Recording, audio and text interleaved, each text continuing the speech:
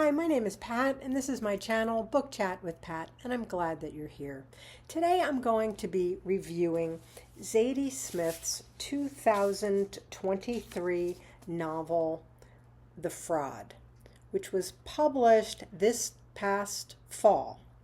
And now that my real life book group has met and has discussed it, I feel free to review it here.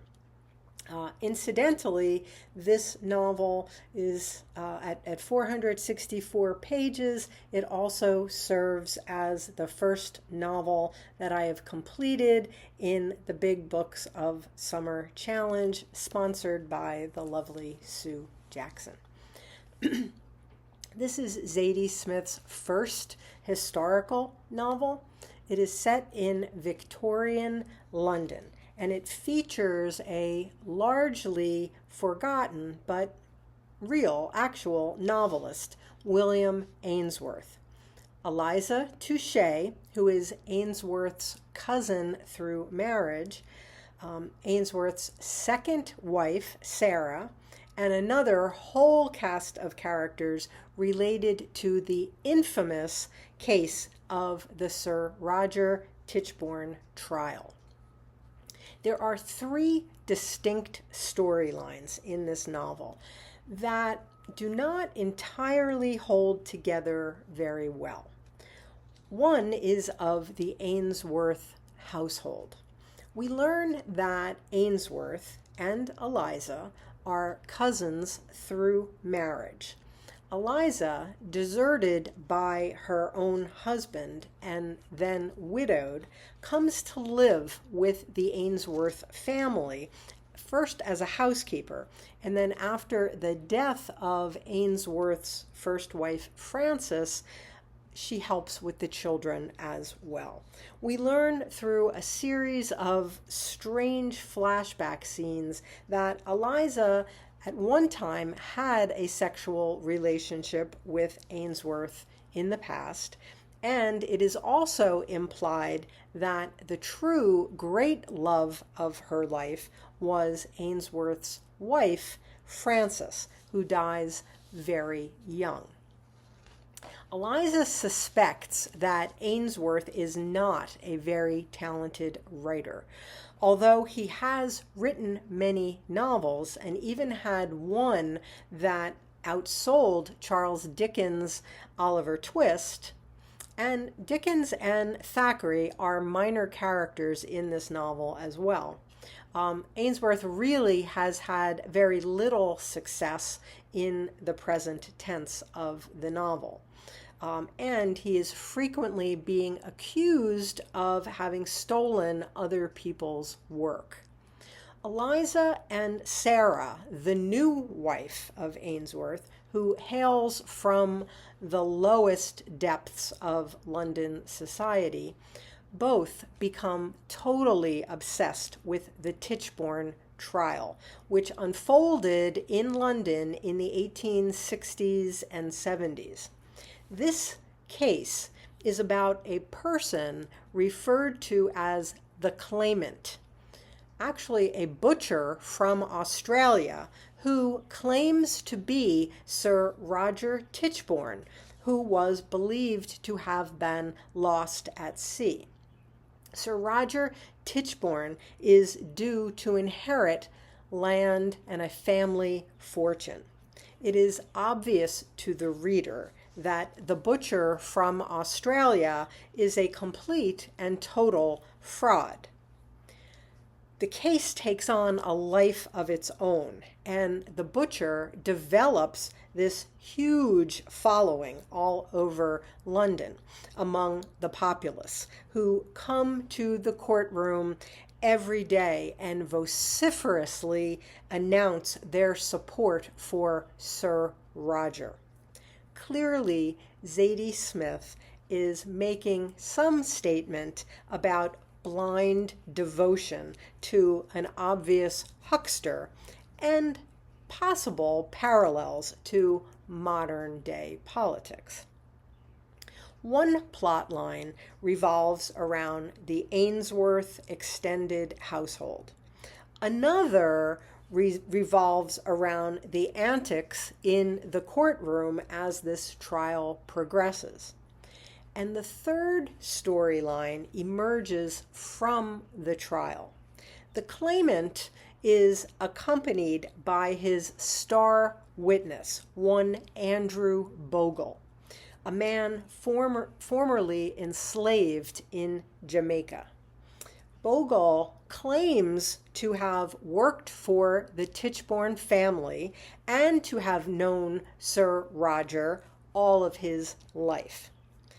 Eliza Touchet takes a great interest in Bogle, and pretending to be a writer, she gets Bogle to tell his entire life story to her. His story makes up the third narrative in this novel, an absolutely horrific story about the realities of slavery under the English in Jamaica. This narrative is devastating, gruesome, and unrelenting.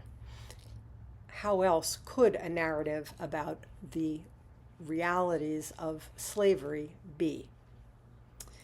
These three disparate plots do not actually hold together in a clear and coherent way, unfortunately. The premise is exceptional. The execution was less so. The story of the Tichborne trial could have been its own novel. The story of Andrew Bogle and his family in Jamaica could have been a separate novel. Clearly, the story of Eliza Touchet and her strange relationship with the entire Ainsworth family could have been its own novel as well. There is some great writing here, and in Eliza's narrative, there is often genuine humor as well. While the characters do loosely overlap, the connections between these three stories are not as clearly delineated as they could have been, and as they really necessarily had to have been to make this novel a success. Zadie Smith does a great job of drawing and developing her characters, but she does not quite succeed at interweaving the three disparate stories into one narrative whole. There is the idea of fraudulent behavior that does link all three narratives. There is the obvious fraud, pretending to be Sir Roger Tichborne, and all of the people who seem to want to be taken in by him. There are many other frauds as well. Ainsworth, who wants to be considered a novelist on a par with Charles Dickens, and he even wants to be considered as better than Dickens, is accused of stealing ideas from other writers. Eliza, too, pretends to be a writer in order to get Bogle to tell his story. Her entire identity seems a little bit fraudulent. Who is she really? She's a widow in a failed marriage. She seems to be in love with both partners in the first Ainsworth marriage. She seems not to have a solid identity of her own separate from this strange family. Andrew Bogle, too, seems to be perpetuating a fraud. He is clearly going along with the butcher from Australia in perpetuating this idea that he is actually the long-lost Sir Roger. But why? Why is he doing this?